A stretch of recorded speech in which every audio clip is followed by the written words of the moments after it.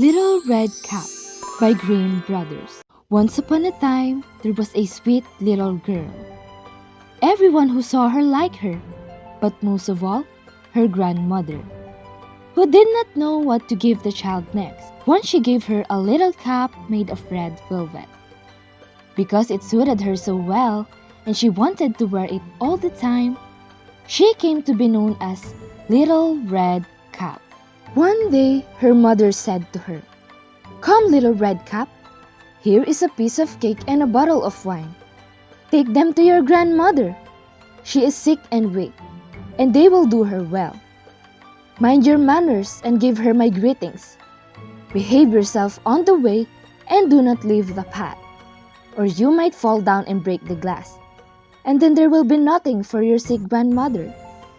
Little Red Cap promised to obey her mother. The grandmother lived out in the woods, a half hour from the village. When Little Red Cap entered the woods, a wolf came up to her. She did not know what a wicked animal he was, and was not afraid of him. Good day to you, little Red Cap. "Thank you, Wolf." Where are you going so early, little Red Cap? "To grandmother." And what are you carrying under your apron? "Grandmother is sick and weak, and I am taking her some cake and wine. We baked yesterday, and they should give her strength." Little Red Cap, just where does your grandmother live? "Her house is a good quarter hour from here in the woods, under the three large oak trees.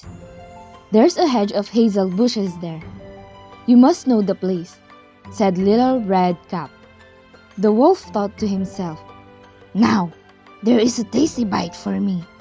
Just how are you going to catch her? Then he said, Listen, little Red Cap. Haven't you seen the beautiful flowers that are blossoming in the woods? Why don't you go and take a look? And I don't believe you can hear how beautifully the birds are singing. You are walking along as though you were on your way to school in the village. It is very beautiful in the woods." Little Red Cap opened her eyes and saw the sunlight breaking through the trees and how the ground was covered with beautiful flowers. She thought, "If I take a bouquet to grandmother, she will be very pleased. Anyway, it is still early and I'll be home on time." And she ran off into the woods looking for flowers. Each time she picked one, she thought that she could see an even more beautiful one a little way off, and she ran after it, going further and further into the woods. But the wolf ran straight to the grandmother's house and knocked on the door. "Who's there?" "Little Red Cap. I'm bringing you some cake and wine. Open the door for me." "Just press the latch," called out the grandmother. "I'm too weak to get up." The wolf pressed the latch and the door opened. He stepped inside, went straight to the grandmother's bed and ate her up. Then he took her clothes, put them on, and put her cap on his head. He got into her bed and pulled the curtains shut. Little Red Cap had run after flowers, and did not continue on her way to grandmother's until she had gathered all that she could carry.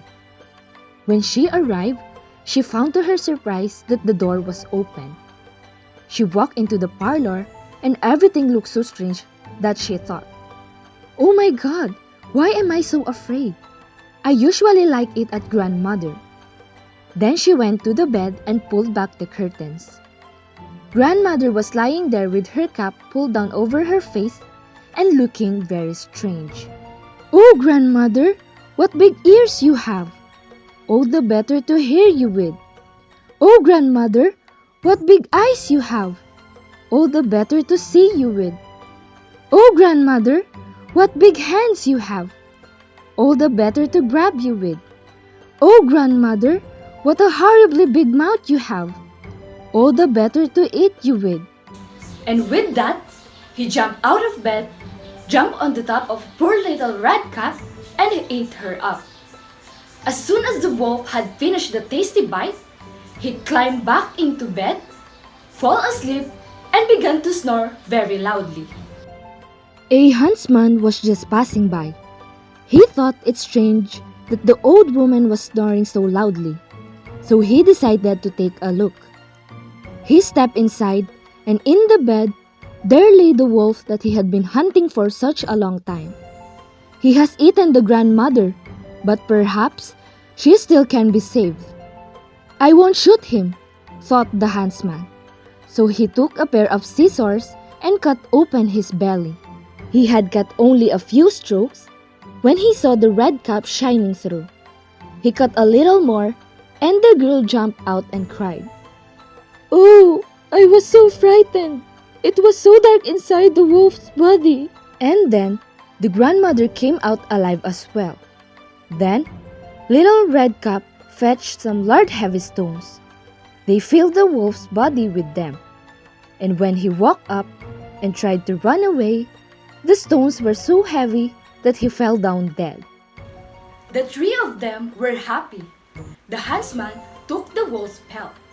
The grandmother ate the cake and drank the wine that Little Red Cap had bought. And Little Red Cap thought to herself, "As long as I live, I will never leave the path and run off into the woods by myself if mother tells me not to." And that was the story of the Little Red Cap by Grimm's brother. Thank you for watching!